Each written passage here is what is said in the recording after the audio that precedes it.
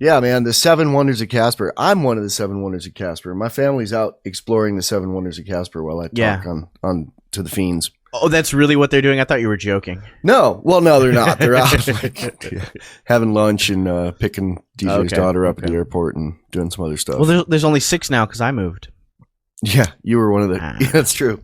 Well, they replaced you with me. That's why there was a period where I was there and you were there. It was my trial period to replace you as one of the 7 Wonders of Casper. Okay. I was grooming you to be my successor. Grooming me. A successor to the professor? Yeah. Yes. So you decided to start the recording early. We've still got 1 minute till Aaron puts us up, and we'll be fiending live after that. Yes. Excellent. So I watched that movie Basquiat today. Basquiat. It's really good. David Bowie playing Andy Warhol is priceless. Among other things. It's got good things besides that. Is it an older movie? Yeah, it's like, 1998, I think. Oh, okay. Yeah. Yeah, I don't know much about Basquiat except for Jay-Z's always bragging about how he has Basquiats on his wall. Oh, that's how rich he impressive. is. I've only been to someone's house who has a painting on their wall that was used in the movie Basquiat as a Basquiat, but isn't. The guy interviewed but they're by someone cool who was a friend of Basquiat's. I forget who, but not as famous. But somebody from the same kind of clique. Yeah, the guy who wrote the screenplay for Last Exit to Brooklyn. When I was at his house interviewing, I was like, "That painting's really cool. What's the story with that?" And he's like, "Oh, that's by blah blah blah. It was used as a Basquiat in the movie Basquiat." I'm like, "Oh, yeah." And we're on live now. If you're just joining us, this is Freedom Fiends Live. We were talking about Basquiat, famous. I don't know what would you consider his art? Postmodern, something like that. Painter from Brooklyn. Graffiti, street art. But he was more than a graffiti artist. I mean, he did graffiti, but he was just kind of constantly doing art. Street-inspired fine art. Yeah. Something. He was weird, though. He was like a homeless guy that came from a middle-class family. Kind of like factory. Me, Yeah, middle-class family factory. And he just didn't want to sell out, so he was homeless, and then he got really famous because of his art. Yeah, and because he was Andy Warhol's buddy. Yeah. See. That's why you like it so much. Well, weird stuff happens, and I want to know about it. I saw the movie when it came out in the theaters in like 98, but I had to revisit it. Okay, sweet. You saw it on Netflix, I'm assuming? Yeah. Okay. I think this week I'm finally going to get my Netflix subscription so I can actually provide something other than nope, never seen it. It's about friggin' time, man. I mean, I saw 3 other movies last night on Netflix that I'm not even going to bring up because we're already reviewing a movie that we haven't both seen. So yeah, well, I still think it'd be a good idea for us to. It was your idea originally to do libertarian movie reviews. I'm thinking that's a great way to build the Fiends and to build the liberty movement in general, because we could not only do movies, but we could do like product reviews or just reviews of things in general, and that way when people search for that, they'd get a little liberty perspective when they were reading about things. Yeah, I'm trying to move us away from advertising based and more towards donation based. We actually got some nice donations this week. We got one from your buddy Kevin that you the Win a Date with a Fiend guy, your friend. Oh yeah, great guy. He gave us $20. A couple other people gave like $5 or started a $5 a month donation. They didn't tell me whether they could use their name or not, but Sweet. So we're trying to move more towards that. So you're gonna hear like little begging ads that I made. Did you hear the ad? Yeah, I did hear the ad. It was a funny ad. Yeah. The Fiends, we work hard, so pay us money. Yeah. Nice little tagline there. I was listening to the Scott Horton show the other day, which is pretty much just like it always was. I would imagine. It's even still on the antiwar.com page. Last time I checked. Good. On the right, instead of saying antiwar.com, it just says Scott Horton Radio. So basically, it just seems like they stopped paying him, but everything else is still the same. And he was talking about what he's going to do to make money, and so he was sort of going through some ideas, and the idea that he was thinking might be beneficial is kind of what Free Talk Live does, where you have subscribers. He's like, I don't know, some people say I should give them something extra, but Scott was like, I just feel like I want to give everybody everything I do anyway. That's how I feel too. And someone today was saying that we should do we should do a like lower encoded audio version for people that. I think I was talking to the same guy on Facebook. He was saying, well, you give somebody less, but you give it to them more. Give them a lower encode of the stream so that they could listen to it better on their chromed robot turret. And I pointed him to the streaming server. I told him we're on Stitcher. I told him the same things I tell everybody. I need to start a cut and paste for that because it comes up, well, maybe often enough that we should do it, but not really. It's come up like 4 times, but people are adamant about it. And I'm kind of like, no, man, we do so much already. Somebody else can do that. And it's like, part of it is just, I do not like the sound of things that are, of MP3s that are less than 128K. And I couldn't like, it'd be kind of like, your child is too attractive for our school. You're going to have to go out and punch him in the face till he has black and blue marks, and then we'll let him in the school. It's kind of like, I can't do that to our baby, Yeah, but I guess I could kind of see where they're coming from if they're mostly listening on a mobile device and want FEENS now. He was saying you lose quality, but you get the quickness. He was saying he'd be willing to do a subscribe thing, and I just jumped through I just told him all my reasons and said no. He said you should have a paid feed for that, and I'm like, I just can't. And I was thinking, but didn't really say. I was thinking what you said, like what Scott said, like I want to just give everybody everything. And at the end of it, he said, well, when I get paid, I'm going to start doing a subscription free for you guys, for you guys anyway. And I'm like, okay, yeah, good. Yeah. I mean, good. Thank you. I'm high on TCP-IP. TCP-IP? What's that? Sounds like some internet protocol. Thing. Yeah, just like the idea of it. Yeah. Nice. Yep. So you've been watching the Olympics? I watched some with my in-laws yesterday and my wife. First time I watched any Olympics in like 20 years. It's hard as an anarchist because it's like it's like going to a July 4th picnic with like every country in the world. Yeah, I was, some of my family, we were at the Texas coast with like all of my wife's extended family. And some of them are very traditional, patriotic kind of red statists, but they get almost teary-eyed. Like they were watching after we got home from the bar, like there was the opening ceremonies. And I was just like ripping on it, like, cause they're like touching torches to each other. And I was like dorky. Making gay jokes about, oh, touch my torch to your torch and stuff like that. And they were getting kind of upset. And I was like, going on about how this is freaking communist London. You guys, you're not upset by that. You can't rip on London for being completely statist and well, it was really socialist, and it was weird because like the Chinese one was really communist. I mean, like one thing I noticed was in the Chinese one they rarely even did a close up of a person's face, or often their faces were covered by costumes or boxes or something. And the British one was all about like the struggle through the ages of the worker to bring, like basically you didn't do that. The government did it, but you kind of helped. So we'll celebrate you. And then have James Bond parachute in with the Queen in his satchel or whatever the fuck they did. I don't know, man. Yeah. I have not paid much attention to it. But I did read this great article by a guy named John Whitehead, on Lou Rockwell, sort of detailing all the police statism. Some people say, different. That's one thing that their mascot, or at least one of the Olympic mascots this year, is called Wenlock, and it's like this creepy blob with an eye, like instead of a face, it's just one big eyeball. and some of the souvenirs they're selling are that Wenlock character in like a police uniform, and it's not just this guy that's been ripping on it. I mean, Slate's ripped on it. I think Slate.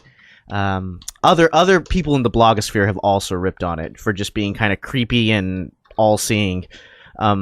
But it's worse than that. Like, there's also, they have a frickin' aircraft carrier in the Thames River. A frickin' aircraft carrier. And there was a local news report, I think from England, of a guy showing off their missile skills. Like, it was, there's surface-to-air missiles in certain locations. God, I'm looking at this Wenlock thing. I didn't notice it in the bit of TV I saw. It's an eyeball. It's a friendly eyeball. It's like, hi, kids. I'm the guy that watches you 24/7. Exactly. Yeah, exactly. And they have it in a cop uniform, too. Ugh. Yeah. And there's also horrible examples of IP gone wrong in this. Like, there's official Olympic sponsors for the London Games, like McDonald's, Adidas, Coke, all the usual suspects. And to protect their investment, there are certain people that go around. They're government goons. I guess they wear purple caps. And people around London aren't allowed to use such words in their promotional things, like for your restaurant or whatever. They're not allowed to use words that include games, 2012, gold, silver, bronze. 2012? Yeah, they can't say 2012. They can't even say London. So what do you do if your name is London Classic Fish and Chips?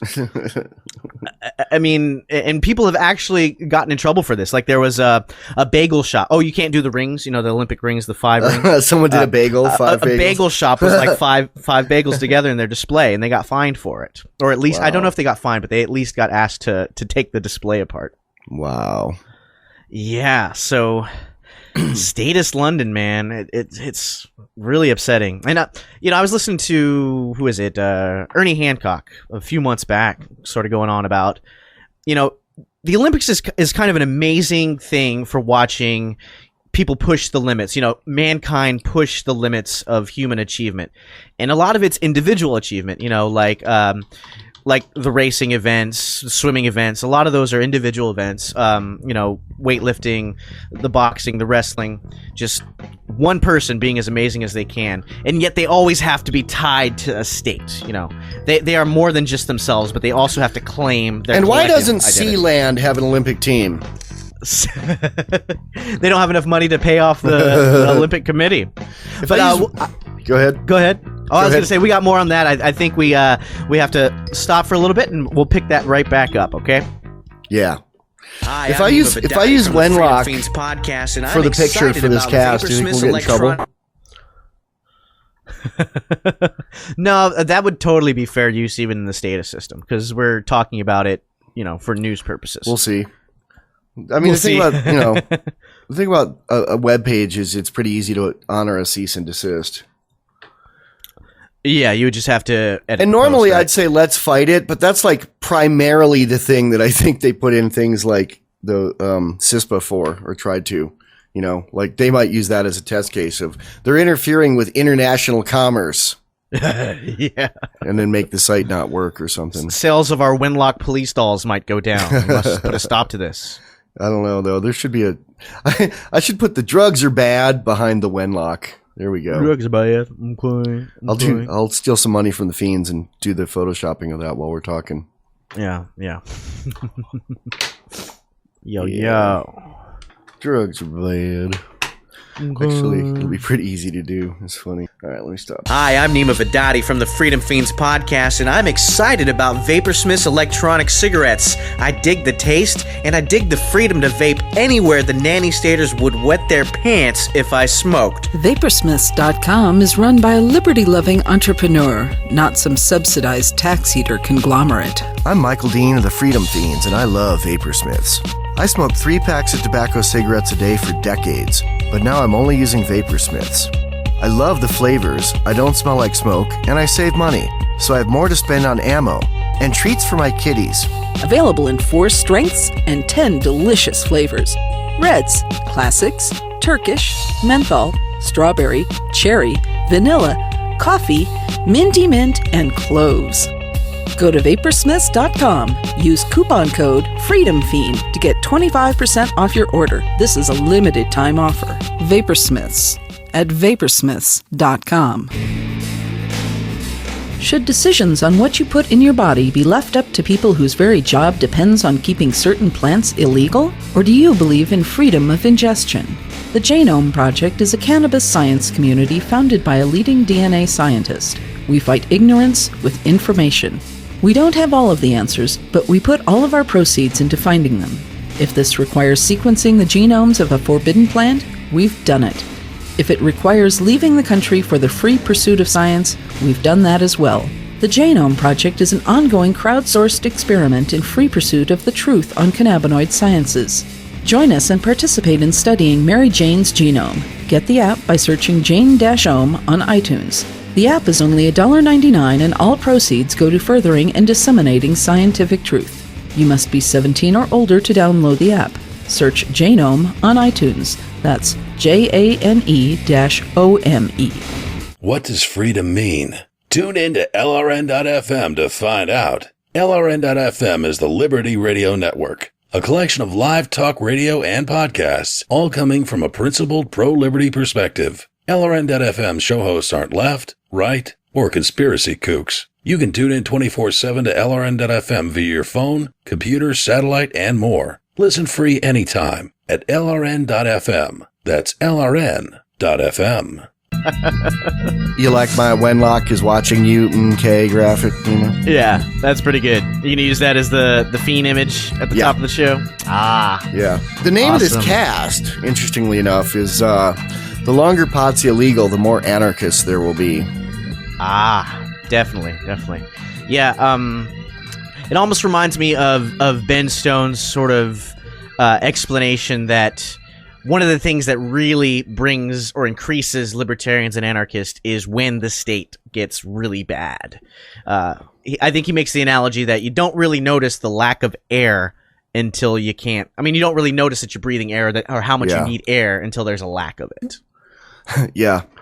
Ben and I I'm gonna have Ben back for a Anarchy Gumbo. He was the first Anarchy Gumbo guest. I'm having him back coming up soon, and we've actually already mapped the whole thing out. It was kind of like we had this 45-minute conversation on the phone. I was like, we should have been recording this, and he, I took some notes and we decided to redo it, because we weren't recording. Nice. And it may piss a lot of people off, not in a pod beef way, but it's gonna be called Liberty in Our Lifetime ?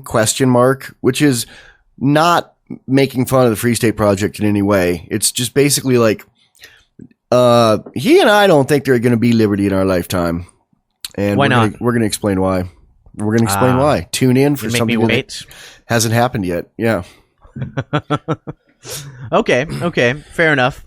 I tend to... We think it will come. Okay, here's the thing to make everyone not worry so much. But, we think it will come and it'll be in about 100 years. So... stick around. 100 years. You could be alive. You could be alive. I could still be alive. People could live to 120 by then. It ain't going to be in me and Ben's lifetime. We're old. Not that old. I don't know. I feel like, okay, even if it's not in my lifetime, if I could still see that it's on its way, then maybe I could die a little bit happier than, I don't know, if I died now. Well, yeah. Maybe. I mean, yeah. Or if you have kids and, you could do it for your kids. I don't have kids. Ben's going to be a grandfather soon. And, he thinks it'll be in his unborn grandchild's life. I mean, he and I just, he's not going to live that long because, he's a collector for loan sharks. And, if you're out busting heads all day, eventually you're going to get killed. So, yeah. I guess nobody can really predict, but I mean, I feel like he doesn't really do that anymore. I know. Do you think that's an ethical job? Being a loan shark? Well, no, being a collector for loan shark. I think we've discussed this before. I mean, I guess because it's kind of entering into a contract to have your knees broken. It's an unspoken, or a handshake like, you're going to get your knees broken if you welch on this. Well, I think it needs to be spoken for it to be ethical, doesn't it? In the movies, they pretty much always speak it. We're gonna break your kneecaps if you don't do this. Okay. If they speak it, yeah. I mean, I suppose it's ethical. If somebody says, "Okay, well, you voluntarily agree to take the money," and they say, "We will break your legs if you don't pay this back to us in a month." I mean, with most, you made your bed. Most bank contracts, you're agreeing to go to jail. If you don't honor them, and tacitly that includes getting butt raped. So. Yeah. I mean, that's true. I mean, all contracts have penalties, and I mean, I guess where it could be unethical is if you do it under duress, things like that. I mean, there are things that can nullify contracts. If somebody points a gun to your head and says you need this money, you got to take this money, then obviously it's not going to be ethical. It'll be under duress that you made the agreement. But if everything's done according to your free will, I mean, and you agree to the consequences, then by all means, make sure they get their money back. So you were talking about how Ben and I are a bunch of cranky old dudes who don't know what's right. What do you think? I don't think so. I mean, I like to fantasize about liberty in my lifetime. I don't know if it'll actually happen. I don't think anybody can really know. Yeah, in a way. But I mean, and the other thing is, I'm kind of biased in a way because a lot of the people I deal with and talk to are young and naive and believe things. They're also young, idealistic anarchists. Yeah. But at the same time, there can be vast changes in society in shorter periods. I mean, sometimes things aren't gradual. I don't think the whole world's educated enough. Like if all governments crapped out and dissolved now, I don't think enough people know what the non-aggression principle is, and I don't think enough people know principled anarchy for us to have a free society. If the governments just went away, if the bad guy went away, I don't think that means we have liberty yet. I mean, I guess this is a question that you can't really answer with any kind of degree of time accuracy. But I guess it's promising that you guys think liberty will come eventually. You know what I want to mention in passing that's related? That I want to mention in passing and then try not to talk about because it's really disgusting me is they're making a play for guns right now, and this UN thing is going through pretty soon, and this UN treaty is going to be signed by the president. And before the shootings, the possible false flag shootings in Colorado, there were about 2 senators away from ratifying this thing, and that may have changed now. So, Obama's talking about revisiting gun control in that YouTube video that you can check out, and you sent me the link to it.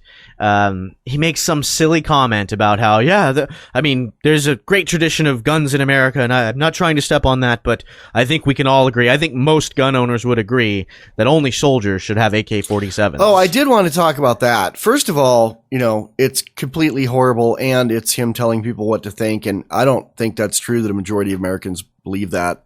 No. The second thing is interesting choice of, I think this is kind of his shoulder thing that goes up moment saying AK-47s, and not many people caught it, but it's like American soldiers don't use AK-47s, man. If you equate an AK-47 with military firearm, you're a communist, but I'm not calling him a communist. I'm just saying he doesn't know anything about guns, but AK-47s are what the people who shoot at American soldiers use. So, I guess he's saying only the people that murder your sons should have AK-47s. I don't know. Yeah. I don't think that was his intention. I think he's just an idiot. But, and I said said that whole rant, and then like a soldier I know took me to task and said, well, there's this one elite division of American soldier that occasionally uses an AK-47, but not the, normal Joe on the ground. And I'm like, yeah, that's not what Obama was talking about. No. He was, you could tell if you continue to watch it, he's basically saying, okay, if you have some kind of shooting hobby or hunting hobby, then I'm not trying to step on your toes, but I want to regulate which guns you can have is the gist of it, which I take more offense at than his gaffe about the AK-47.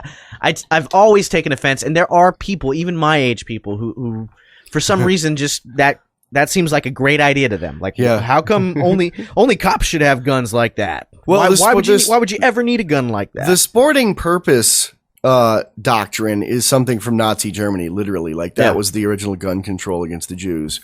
And he says, you'll be able to have your guns to hunt in a highly regulated way, until Cass Sunstein is on the Supreme Court, and then we'll take that away too.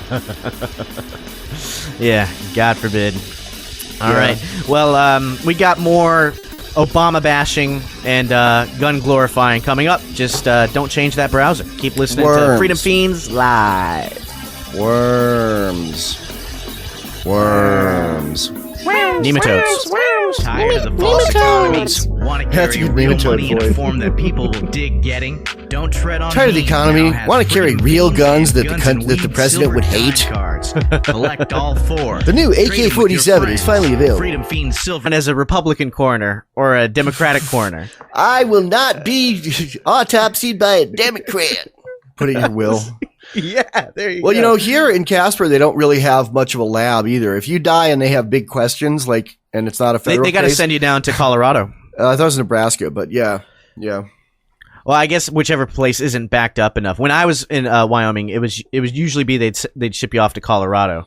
I think they had tried for a little bit. I remember doing the story to hire their own person to do autopsies, but there wasn't enough of a demand for it. which I guess is a good thing that you don't have enough of a demand for autopsies in your I will not be autopsied by a Democrat. But I mean, in a thing like that, you'd feel like the family should be able to request an autopsy, which I don't know if they can or not. I guess it would depend on the situation. They pay for it. If there's no like state demand for an autopsy, a family can certainly have an autopsy. They just have to find, they have to pay for it. Okay. Well, that's good. I mean, but someone's will can also say they do not want an autopsy. People who have religious objections being cut open or just don't want to be monkeyed with played with. Yeah. Yeah. I don't really want to be monkeyed with when I die. I mean, I don't even know if I want them to, do an undertaking or whatever where they inject formaldehyde into you and put makeup on you and all that stuff. DJ and I have wills, and part of what it says in the will is there's an attachment about burial, and it says we both want to be cremated. And, each other gets the ashes, and in the event of us both dying together, her kids do. But we're really specific about that, and that we do not want a funeral. I mean, we couldn't stop someone from having a funeral, but we don't want to put the other person through a funeral with everyone that would want to show up at a funeral, family, friends, well-wishers, etc. And have you don't want to impose. Yeah, really. It's like, if I die, I don't want her to have to immediately plan a party for me, which basically is what it is. It's like planning a wedding. It's, you have to get people from out of state. You have to deal with putting them up.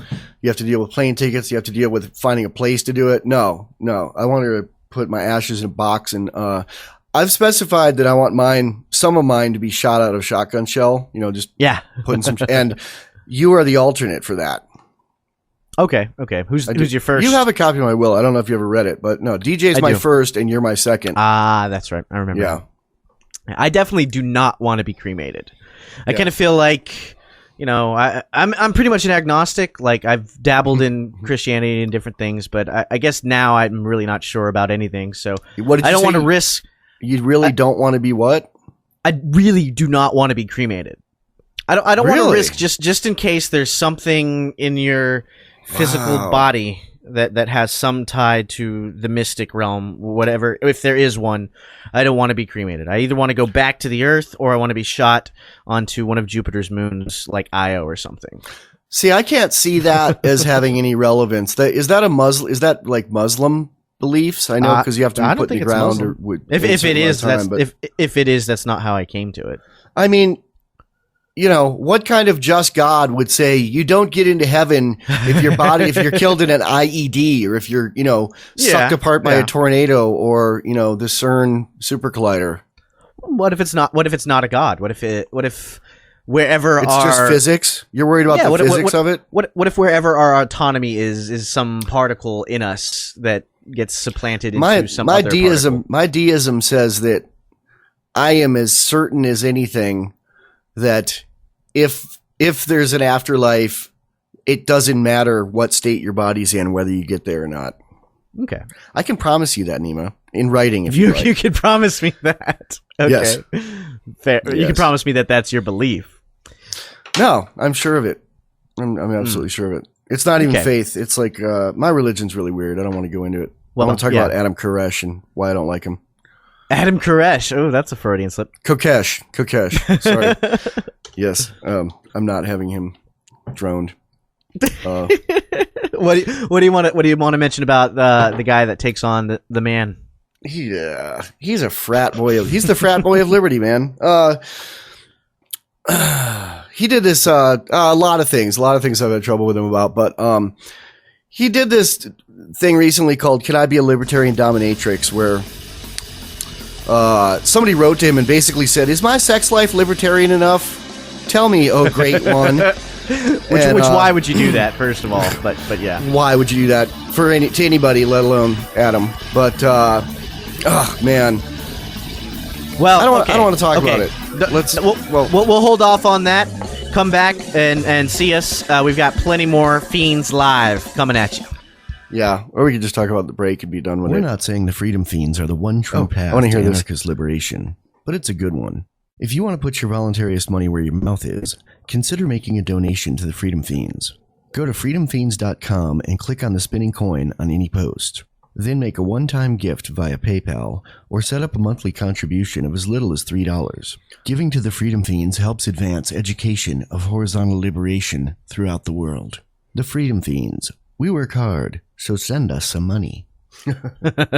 Are you on any medication? Here, now I'm recording. So, yeah, I was talking about Adam, and, it's kind of a lame pod beef. It's more like just, the same pod beef I had with Stefan Molyneux of someone who doesn't know anything about BDSM talking about it as if they have a reason to have an opinion. And, with Molyneux, it wasn't a pod beef; it was a discussion. Because I fixed him, man. I changed his mind, and he later on another cast on another interview with someone else, like totally had a changed mind about it.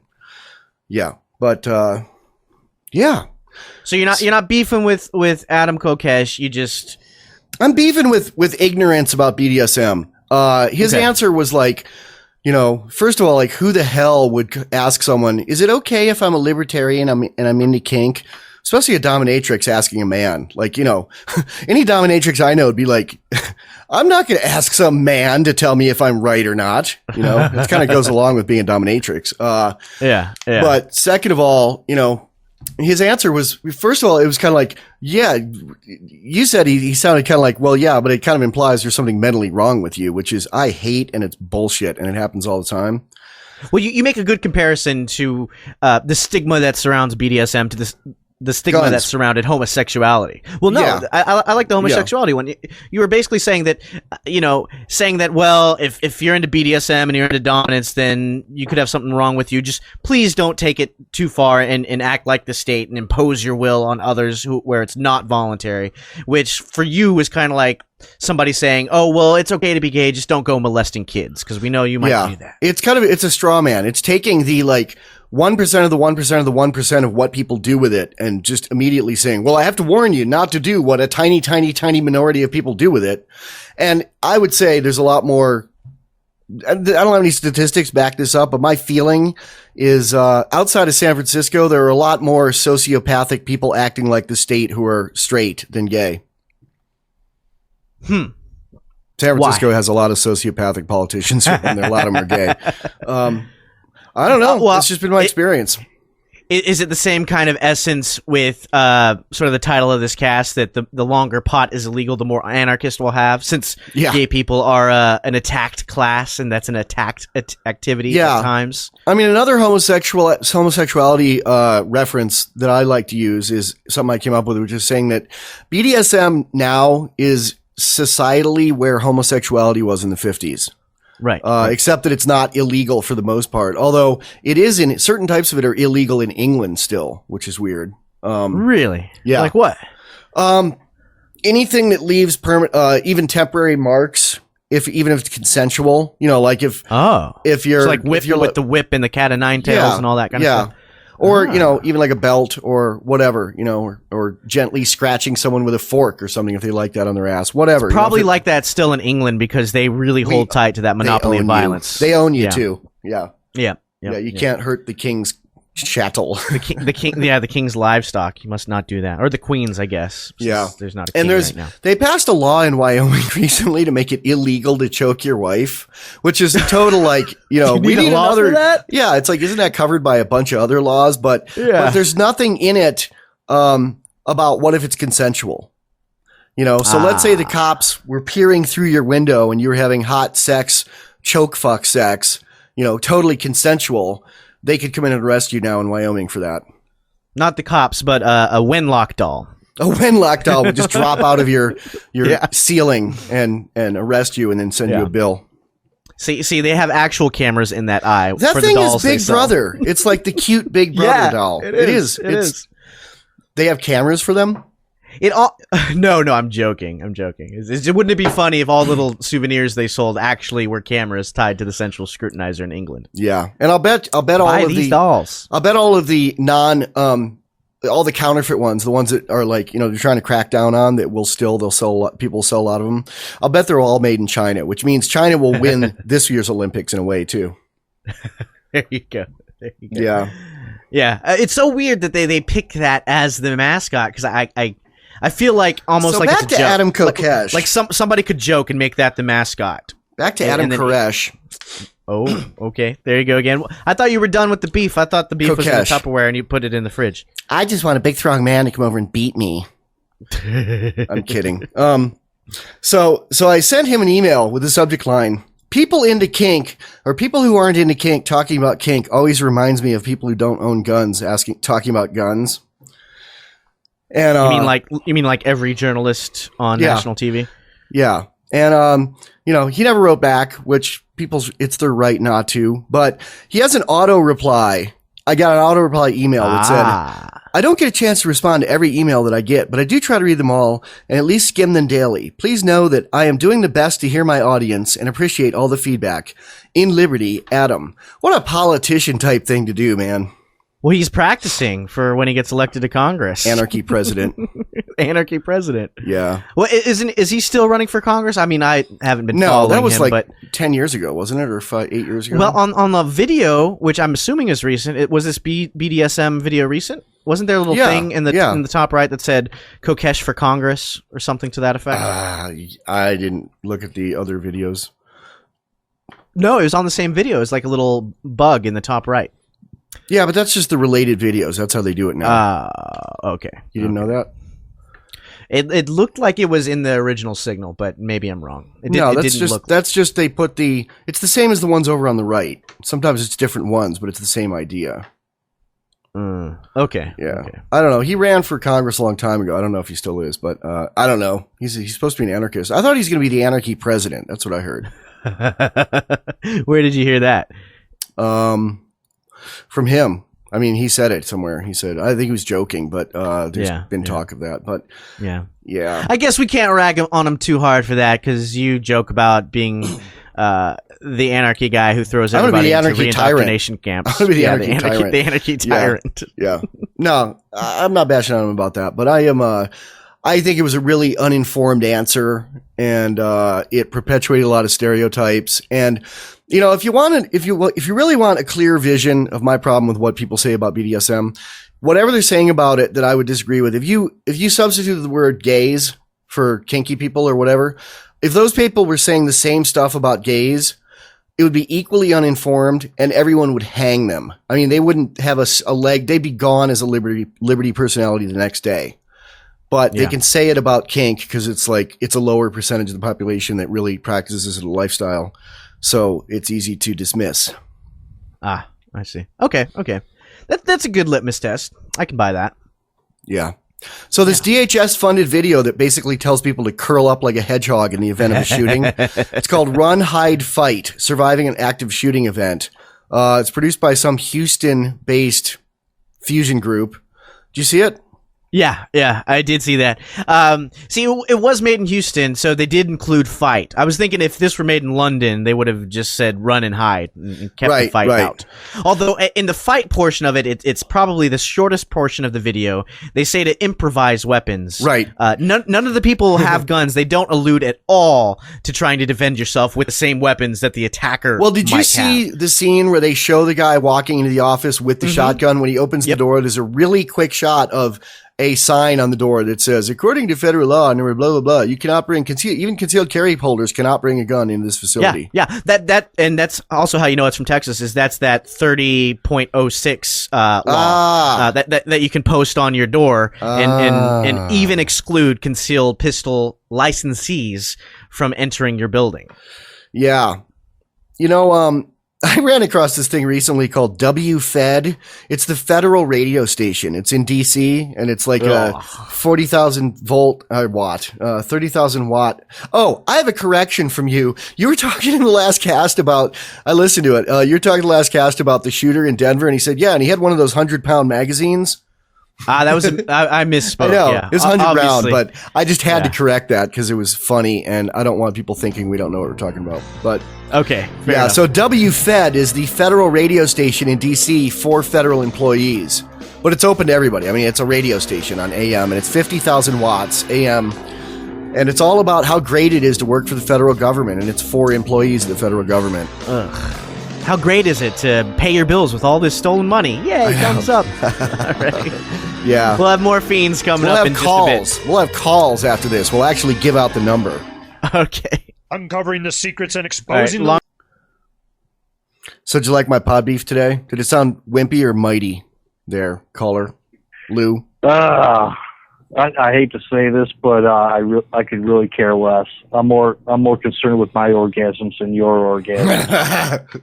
Well, you know, there's a thing in kink called, what is it? It's an acronym like YKIMMK or something. It stands for Your Kink Is Not My Kink, which is basically like, I don't care what you do as long as it's consensual. It doesn't bug me. It's a common thing on like kink forums, you know, when somebody's like, that's gross. And someone else is like, hey man, YMYMI, whatever it is. I'll look it up. Your kink, why kink is not. We got a caller? Kink. Yeah, we're not on the air yet, but I'm recording. It's your YKINMK. Oh, I heard a great acronym the other day, Lou. It was the Northern Ireland term for for joyriding. And it was, God, let me look it up. It's really funny. It was an acronym based on the legal definition. Yo, before you give out the acronym, let's welcome our audience back to Freedom Fiends Live. I'm Neema Vedadi. We got Michael W. Dean, and we got a caller, don't we, Michael? It's Lou from Michigan. Lou, what's up, Lou? Yeah. Hey, how's it going, Neema? Good to hear from you again. Yeah, sorry to interrupt there, but that's all right. What were you guys talking about kink stuff? Well, yeah, then we got into joyriding.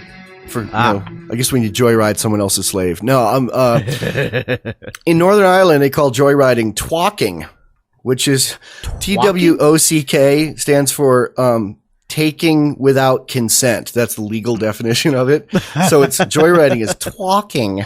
Twalking. Yeah. Coffee twalk. Yeah. Yeah, because joyriding is a different crime in most places than stealing. Because stealing, you're attempting to deprive the person permanently of the property, and joyriding, you're just being an asshole and nuisancing. You know, yeah, you're just talking. A delivery pizza driver that we all kind of made fun of. His name was Bill. He was a big fat redneck guy, and he was kind of lazy, so sometimes he would leave his keys in the ignition with the engine on when he would go to make a delivery. And one time some college kids stole it. I don't know if they were college kids, but it was a college town. Some kids stole his car and drove it around all night. You know, big fat redneck, you said. That reminds me of another thing I don't like about Adam Kokesh. He is a fattist. He really, really commonly, like, you know, not only like makes fun of fat cops or whatever, but like he uses the word fat like fat people are a different species. And, you know, I'm fat and I'm not crushed by it, but somebody could be. And it's just really bad form. You know, it's just if you're not a young, studly millionaire to be from your dad's inheritance who works out 27,000 times a day, you're not the right kind of libertarian. That's what comes off to me, you know.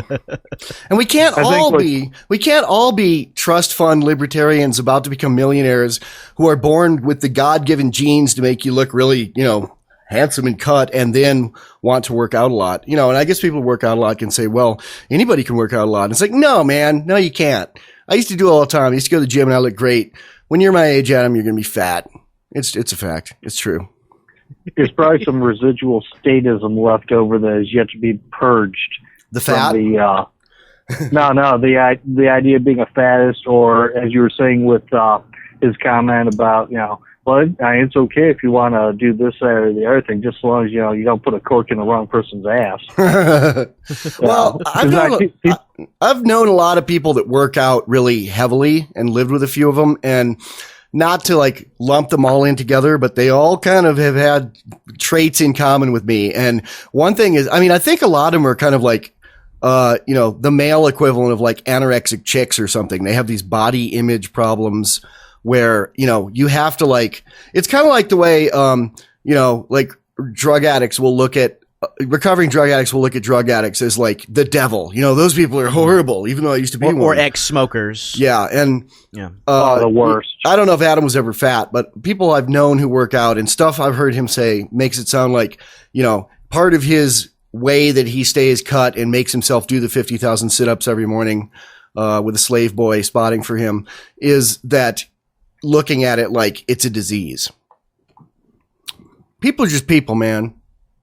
Yeah, yep. It's the way that you are. I mean, I suppose if I wanted to live, you know, go out in the backyard and graze on some grass and you know, exercise 10 hours a day, I'd probably be fit and trim also. But I'd also have to be fighting against the fact that I'm 29 with several anniversaries behind that. Yeah, and if you had the trust fund money and you had the Koch brothers Cato money, and you didn't have to work for a living, and you had all your time to just rant about the government and work out, you'd have more time to work out. Yeah, well, it's a priority thing too. I can multitask. Can you? Well, it's a priority thing. Like when I was young and in college and looking for chicks, I was pretty cut and working out all the time. Me too. And then when I got married, it's like I don't know. I'd rather just sit down and cook a big meal with my wife and eat it. When I was Adam's age, I looked pretty good. I never looked as buff as him, but I was really cut. When I was a heroin addict, I used to do tons of sit-ups every day and like lift weights. I looked great until I looked really bad, but that was my diet. I can multitask. I actually sit at work and bitch about the government while doing my job. What is your job? Can you tell us? No, I can't. But it's working for the government. Is it working for the government? Well, you do know that. I do, dude. If you think you can tell me something and 6 weeks later I'll remember it, you don't know me that well as I thought you knew me. I'm serious. I'm totally serious. Well, I guess my secret is safe. Okay, all right. Are you in the anti-twalking division? No, I am not. Okay. No, I am not. And I'm not really the Midwest scrutinizer, like I said a couple times ago. Twalking. But sounds great. I am a tax eater. Okay. Well, we all are in some way or another. Yeah. But anyway, what I called about, I got some really stupid cop news from here in Detroit. Tell us about the stupid cops in Detroit. A Detroit cop was dancing with a girl at a party or gave her a hug or something like that and managed to shoot her. Ugh. Now, do you know of any holsters that have a hole or some sort of way that you can actually reach the trigger? No. No. I mean, that's sort of one of the purposes of a holster, isn't it? And what would happen to me if that happened? I'd be in prison. Is he in prison? Well, I can't. Not that I know of. I can't believe that they've been talking about it as accidental because, realistically, if he's got a regular belt holster where the barrel faces down, they must have been doing some freaky-ass dancing. Well, I don't know that it was intentional, and I don't think you're implying that, but I don't like the word accidental discharge. I really prefer the term negligent discharge because accidental discharge kind of takes the responsibility off from somebody in the room, and whenever there is a discharge like that, it's generally negligent, not accidental. And I'm not really a word Nazi. I'm not one of these people who's like, oh, you can't call it a gun. It's a rifle, and I say it's not a rifle. You don't have to do that unless you're in the military or there is artillery within view. Then you want to call it a rifle to separate it. And, I really hate the NRA thing that people give me sometimes of don't call it a weapon. It's a firearm. I'm like, dude, it's both. It is a weapon. We're trying to sanitize it for the gun grabbers. But I am clear about not using the word accidental discharge. I call it negligent discharge generally. And that sounds like a freaky dancy negligent discharge that would put a citizen in prison and nothing will happen to the cop. The bottom line really is confused, though. I'm extremely skeptical on this. Yeah, I guess I am too, because like you mentioned or implied, pretty much any holster is going to keep that from happening. I also wonder, did they mention what type of gun, what kind of gun was he carrying? I mean, was it a Glock?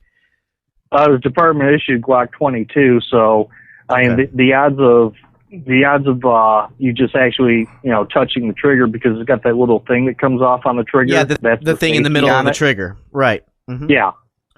Well, that's my carry gun is a Glock 22, and I still haven't figured out what that thing's for, other than that you can touch the trigger and test it subconsciously without actually firing a bullet. What is that for? Is that what it's for? Unless that thing in the middle is depressed, the trigger won't pull back far enough to fire. So you're saying if you reached behind the trigger with two fingers around it and pulled it back without it would touching not that fire. Front thing? It's like that thing on the 1911 in the hand grip where unless you're squeezing, I like the hand that grip, better. I like that better. I really do. I had an SD, but it jammed sometimes, and so I got rid of it. Yep. That's what I got, and I love the passive I'm safety envious. on the back of the grip. I love that. It's more of a safety than the Glock safety, really. Well, Lou, where was the woman shot at? Maybe that can shed light on how accidental or how negligent this really was. I don't know where the point of impact was on this. I think it was on her side. The details that they gave us were extremely sketchy at best. Yeah. Essentially, it's like, all right, we're going to give you this little bit of news, and we're going to hope like hell it goes away. I haven't heard anything about it in probably a month or so. But of course, the gun Nazis have been talking about, oh well, this is horrible, blah blah blah blah blah blah blah. Yeah. And well, whenever the police do something wrong, they are usually really tight-lipped about it when it comes to talking to the press. It's not police kill people. It's guns kill people. Guns don't kill people. The government does. That was the name of one of our episodes. So, we're going to continue to talk here and record throughout the break and then come back for more callers. Damn, I said break. Ugh, Ian's going to beat me, and not in a good way. Not in the good way Ian beats me when we... I'm sorry. Okay. So, hey, it's not a break. Yeah, Ian said not to say break. It's unprofessional. It's not a break. It's a special extra that you get only because you're listening to the frequency. Yeah. So I'm interested in this Glock safety on the gun I carry every day that I don't know enough about. I don't see why that's a safety. In what situation would the back of the trigger be pulled without engaging that front part? I guess if it gets caught on your pants or a hook or something, and it just pulls the side of it, because it's if you pull either side of the trigger too. So if it's not being fully depressed, like it gets caught on a belt buckle or a hook or something. I can't find it. I have all my guns hidden because family's here. I'm looking for my Glock. We all know that the true safety is leaving the damn thing in the holster and not farting around. Your brain is the true safety. Exactly. Yeah. Oh, and by the way, accidental discharge. That's when you don't clean your pipes before a hot date. I don't know, man. I'm looking at my Glock. It's got a bullet chambered, and I just don't see how that thing's going to prevent anything. I don't see how the other part of the trigger would get pulled without that once it's chambered. Well, that's part of the reason I went with the XD instead of the Glock, is because I wanted that. It also has the loaded chamber indicator, which I really like. Yeah, I do like that. The XD has that the too. little nipple on the back of it. No, that's the XD only. So you hid all your guns from your family? Any particular reason? They know we have guns, but they don't want to look at them, and I'll respect that. Okay. You're being a good host, I guess. I'm being good. Well, I wouldn't do it when I was your guest, you had like guns, like every square foot was a gun. Yeah, when you were coming over, I'd put extra guns out. Yeah. You'd go buy guns so that whenever I came, it looked like you had more. Yeah, put them out as decorative, kind of like doilies and shit for Neema. There you go. Huh. So yeah, when I was reporting in Washington, there was some state troopers who got in a car wreck. But I don't think they were pursuing anybody. It was a high speed wreck, single car. Like they ran into a tree, or maybe it was a power pole or something like that, and there was like skid marks all over the road. You could tell they were going like super fast, like they were just racing or having a good time. And the police said they'd investigate it. And, I called them pretty much once a week. I called them every day that first week it happened. And then I called them once a week after that for about 4 or 5 months. And they could never give me an answer. They'd be like, oh, it's still being investigated. Or they'd be like, well, you're going to have to call this organization, they're who investigated. And then I'd call that organization. They'd say, no, that's an internal investigation. The police are handling that.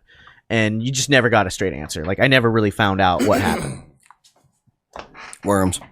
Whenever they investigate themselves, they'll take pains to not let people know what happened. Somebody just wrote me on Facebook and said they love me for bashing Adam. Hey, Neema. Yeah. So you're trusting the government to investigate the government, and if the government finds something wrong, the government court will adjudicate whether there actually was something wrong or not. Right. Exactly. Yeah. I mean, it was a lesson learned. You can't really expect any good to come out of that situation. Speaking of Mark Stevens type think, Anyway, I'm not saying you're like Mark Stevens there, but it just reminded me of, we got a comment on the podcast today from some sovereign citizen guy. I actually marked it spam. It was just so ridiculous. I didn't have time to argue with it. It was this person's second comment, but their first comment made so much sense. And it was a comment about what we said recently, Neema, about we were wondering, like, why do cops like pursue things when they know they're wrong and they're going to look bad? And the guy said it's because it keeps them from getting sued, because if they can get you to plea bargain down to anything, even like, time served for the hour you were in the police station or something, they can't get sued as part of the plea bargain, which may be true. It won't be a wrongful arrest at that point. Yeah. I asked a paralegal who works for a criminal attorney, and she said, I haven't heard of that, but they wouldn't necessarily hear about it. It might be something the cops do secretly. Yeah, perhaps. And a paralegal's not a lawyer, so. Right. Well, also, if they're going to pursue something, they're just going to go hog wild. Why dabble in it when you could just fuck it all up? Yeah. And it's like they don't have to pay for the lawyer money, They have their own lawyers. Yeah. Tragedy of the commons. When you're not paying for the abuse, then there's more abuse to go around. Yeah. Well, I guess to me, it just goes to show that the police aren't there to serve you or serve the community. They're only out to serve themselves, which I'm not saying they're bad because of that, because all of us are. I mean, there's no such thing as true altruism. We're all out to serve our own interest. But cops get paid saying, and they lie about it, their whole shtick is we're here to serve you. And we're obviously not. We're back. We've been back for about a minute now. Yep. Okay. Yep. No, we're back. Oh, did you guys come back before I came back? I didn't know. No. We just I heard the music. We're back. All right. Will Grigg did a really good article on the history of policing, and the government cops. I believe the first government cops in America were New York City in like 1858. And if you watch the movie Gangs of New York, you will see that the cops are actually one of the gangs, which is based on is quite historically accurate.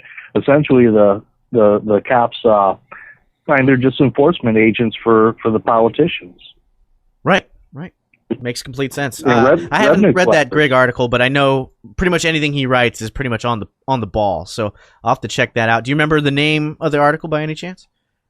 I'll try to send it to you tonight when I get back. But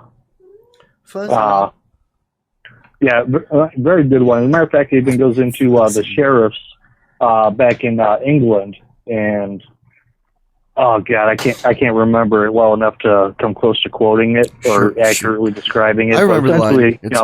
Enforcement arm. That's all it is. I think the line was "Sharif don't like it." Rock the Casbah. You know that the word sheriff means Sharif or vice versa. Shire's Reef or Riff or something. Shire's Reefer. Reefer. Like that. I don't know. Shire's Reefer. Yeah. The new medical marijuana place in Keene. Not yet. They shot down medical marijuana there. Didn't like the governor veto it after the state passed it? Really, in New Hampshire? I thought they didn't already have medical marijuana there? No. Oh, wow. It's just everyone stoned walking around with guns on YouTube all the time. So you think that. Yeah, I suppose so.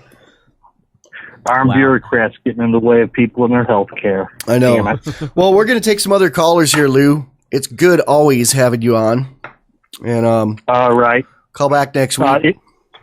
If you get a chance, before you guys get off the air, if you could talk about how to do a podcast, I sure appreciate it. I was hoping to talk to you on that one. But anyway, all right, you guys take care. Have a good weekend. Bye. Sure, man. Okay. Thanks. Peace. Bye. Yeah, are we gonna do a live Wednesday cast this week, Neema? Because we did our test today and it worked. Yeah, I'm game if you're game. Yeah, I have no problem with that. I don't know is it gonna be Wednesday? Yeah, let's cast on Wednesday today or this week. This week. All right. I don't know yet.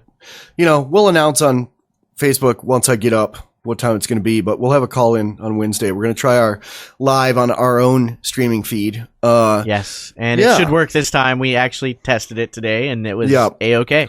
And before we get into answering the how to do a podcast thing, I want to again pimp the. We would like people to donate money to us. Give us money. We like money. You can go on the site, click on the donate link, and give us money.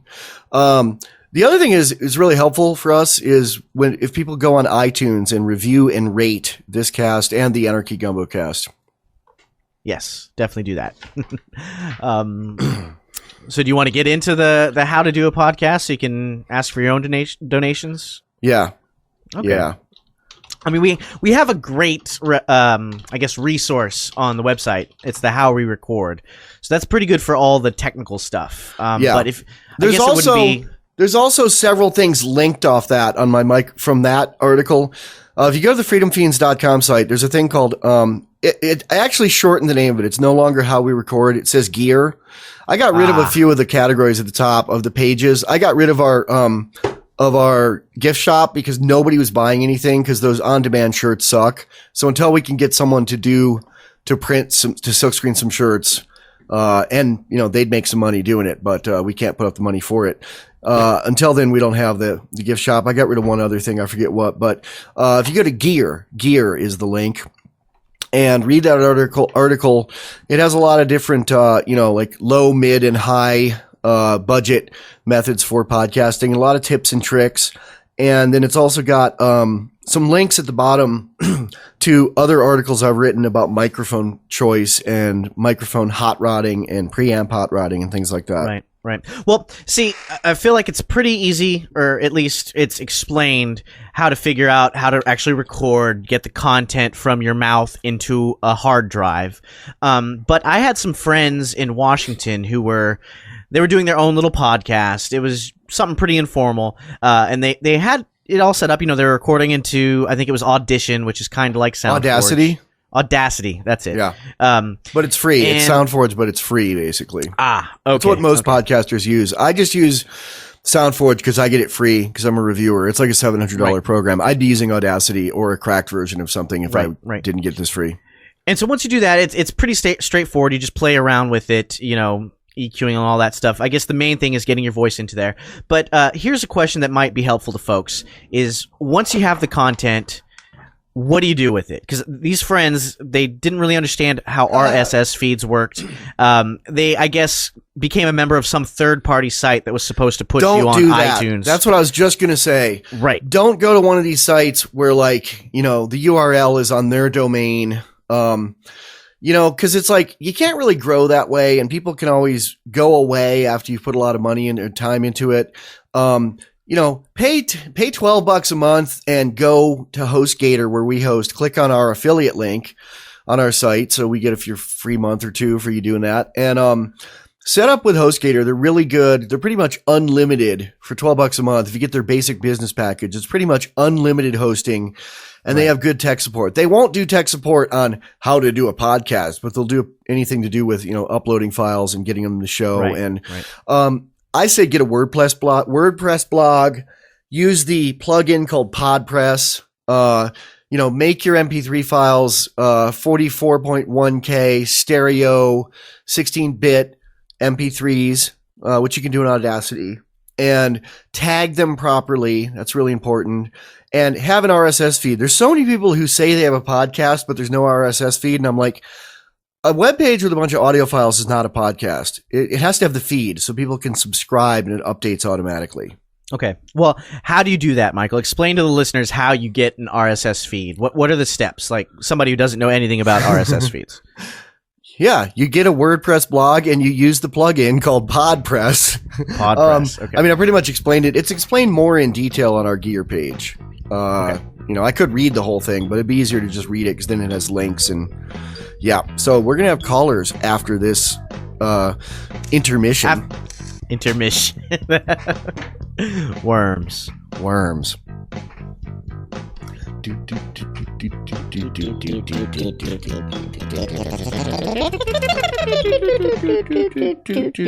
not saying the Freedom Fiends are the one true path to anarchist liberation, but it's a good one. Did you notice this is in here twice? Ads. Consider making a donation to the Freedom in a row. Fiends. No, once each hour. And click on the spinning coin on any post. Yeah. Then make a one-time gift via PayPal. I'm looking for because it was replacing a 60-second ad. $3. Giving to the Freedom Fiends helps advance education of horizontal liberation. Welcome to the Central Scrutinizer. The Freedom Fiends. Central We work Scrutinizer. hard, so send us. Scrutinizer. There it is. On Free Talk Live, we talk about investing Scrutinize in gold and silver. these. Scrutinize this. A guy holding a flintlock rifle, and it says, this was what a gun was when the Second Amendment was written. And basically trying to get at the point, well, you should all be able to have a flintlock and nothing more. But somebody, I forget his name, but some good anarchist or some good proponent of self-defense rights commented, well, that was the biggest technology for self-defense at the time. So if you want to really follow it logically, then we should all be allowed to have drones with Hellfire missiles in our garage. I heard a funnier, more original take on that one time. I've heard that argument a few times, but it was somebody on the Free State Project New Hampshire forum about 4 years ago said, when people say that the founding fathers, when they wrote the Second Amendment, they didn't picture full auto assault weapons and et cetera. And the guy said, if the New York Times is willing to go back to being published by a hand-run press and delivered by horses, I'm willing to walk around with nothing but a brace of blunderbusses. Blunderbusses are pretty awesome. I wish somebody would sell a modern blunderbuss. Well, they do. I mean, you can get replicas that work. They're basically they're basically sawed off shotgun length, tubes that have one shot, and they weren't made to fire shot. They were made to you just scooped up whatever was ever on the ground, like broken glass or gravel or whatever, and then you just put some gunpowder in it. And it just sprayed this jagged jetsam at people. Yeah. It was the pirate gun. The pirate gun. In the zombie version, the zombie apocalypse version of Red Dead Redemption, which was kind of like an online add-on you could download. I think you'd also buy it in the stores. There was a blunderbuss, and that was literally my favorite gun to use because you just blast zombies apart with it. Would you fill it? I mean, would you just, reach down on the ground and put gravel in it? You had to compile not fuel for it, but something to put in it. And so whenever you killed a zombie, you could pick up the zombie's bones, and you could use that to fill the blunderbuss with. I was going to say, if I'm murdered and you end up being the person responsible for my ashes and you're firing them out of a shotgun, feel free to mix them with some shot in a shot shell and fire them into the person that murdered me. Okay. I'm kidding. Fair enough. We don't advocate murdering people who murder. That's the state's job. Yeah. If you think about it, a blunderbuss would be a really efficient weapon money-wise. Like basically you'd buy the weapon and you'd buy, a keg of black powder and then you'd never have to buy any ammo again. Yeah, that's true. Be a great when the Schumer hits the fan kind of weapon too. Yep. You wouldn't have to worry about making your own bullets or melting the lead or anything like that. Yep. I mean, literally, I'm looking at my backyard. It's full of pea gravel, which is that gravel that's the size of a pea. I'm like, that would be a lot of blunderbuss loads full right there. Yeah. I mean, it's basically a backyard full of bullets. There you go. Yeah. Also, is a nice way to illustrate Boston's point about how a gun is just a modern way of throwing a rock. Yeah. But yeah, blunderbusses are awesome. Literally. Yeah. I saw someone selling a blunderbuss on Pawn Stars today. Oh yeah. Yeah. I like that show. Although I really like the really ghetto one in Detroit. What's it called? You don't know. Man, I don't watch TV. Yeah, the Pawn Stars one in Vegas is like kind of an upscale, pawn shop, and it's like they get really nice antiques in there, and they gently haggle with people to buy them. And the one in Detroit, it's on 8 Mile Road, and it's what's it called? It's called Hardcore Pawn, and it's like people screaming like, "My welfare check is late. You gotta buy this T-shirt for $150. You got to buy this one woman's shoe for $50. One woman's shoe. Yeah. Not a pair, just one. Someone will want it. Yeah. That's some TV host in Jordan threw at me. I actually saw a junkie try to sell one woman's high-heeled shoe at a pawn shop. I bet he didn't get very far with that. Nope. No. Yeah. Have you ever pawned anything in your heroin days? That's a really sore subject that I am willing to talk about. Yes. Yeah. Yeah. When I got signed to Warner Brothers, I've pawned a lot of shit. I've pawned a lot of shit and gotten it back.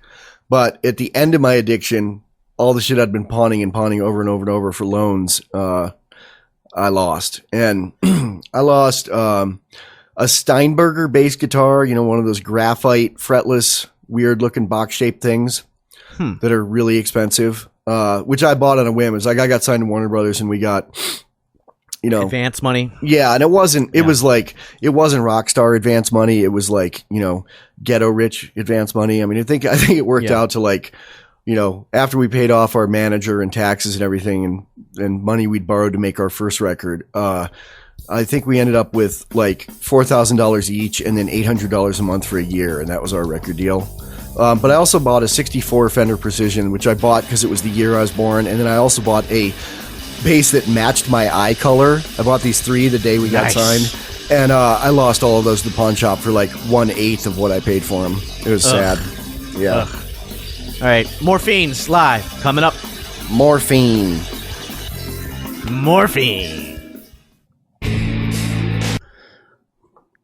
Feels classier. Because you gained a little weight now that you got married. Don't want to wear tight t-shirts anymore. You were skinny when I met you. DJ and I fattened you up before your wife fattened you up, though. You're not fat. But you're just like, you're not emaciated like you were when I met you. I've got like the definition of a beer belly. Like my waist is literally the same size. From my chest up, it's the same size. My shoulders are still muscly. It's just I've got this gut. It doesn't hang over my belly. Like I don't have Dunlap disease, but I do have a beer Dunlap? belly. Dunlap, like what's your belly that? Dunlapped over your belly. Okay. Yeah. So we want to talk briefly in this last segment here about why we're calling this episode "The Longer Pot's Illegal, the More Anarchist There Will Be." Do you want to explain that? Yeah. I mean, I'm supposing it's the concept that the more tyranny there is, especially tyranny that affects a lot of people, the more people recognize and realize that the state is, in essence, violence and BS. And I think pot is a really good way of explaining that to people, or having people come to that realization. Because, you know, in school, DARE programs, all that, the government tells you, you know, pot's a gateway drug, and if you buy pot, you're going to become a heroin addict within 3 months. Or whatever the case is, whatever kind of BS they fill you with. And then you try pot, and it's like, wow. Took me like 10 years. Just feel laid back. Took me like 10 years of first joint to sticking a needle in my arm. Yeah. I don't think they're related, and we've talked about that. I don't buy the gateway drug theory. I really don't. I kind of buy it in some sense, but I don't buy it that it's a good enough reason. Well, obviously, no reason's good enough for a state to dictate what you put in your body. But I think there's something to it. Like, when I get drunk, sometimes I feel like, you know what'd be good right now? A fat blunt, you know? And so I can see the idea that if you're inebriated in some way, you lose your inhibitions, so you're more likely to want to ingest other substances, especially if they're offered. I can definitely see that point. But so what, I guess, is the point. Who cares? Do you get high on TCP? Do you get high on TCP-IP with the Freedom Fiends? I do all the time. That'd be a good slogan. Get high on TCP-IP with the Freedom Fiends. Here's one thing that struck me when I was at the Texas coast, right? There's bars everywhere, right? And it's a thing where everybody goes and gets drunk, but a lot of them are old retirees in RVs, and they've got like flags up, like Jimmy Buffett flags or whatever, that say it's always 5 o'clock somewhere. And a lot of the culture there is about, you know, being on the beach, Margaritaville, pina colada, Margaritaville, getting wasted, partying it up, wearing a Hawaiian shirt. But a lot of them have like American flags, and, you know, if you don't love it, get out, and all this kind of thing, and freedom ain't free. It's like the same kind of mentality. And I kind of feel like, so getting intoxicated, you have no problem with, right? I mean, these kind of people, they don't see any problem with just getting wasted on alcohol. I don't see how that doesn't carry over into other drugs, especially ones like, we went to bars with some of my wife's family, and it costs so much more to get drunk on alcohol. It's so much more unhealthy. It takes a long time, you know, especially if you have a tolerance. Like, we went through, I don't know, 20 pitchers of beer in a night. I'll bet a lot of parrot heads smoke weed though too. That's true. Doesn't the like Florida Key that Jimmy Buffett lives on, didn't they like secede at one point for a day? I don't know. I think they did, man. The Conch Republic. Why just for a day?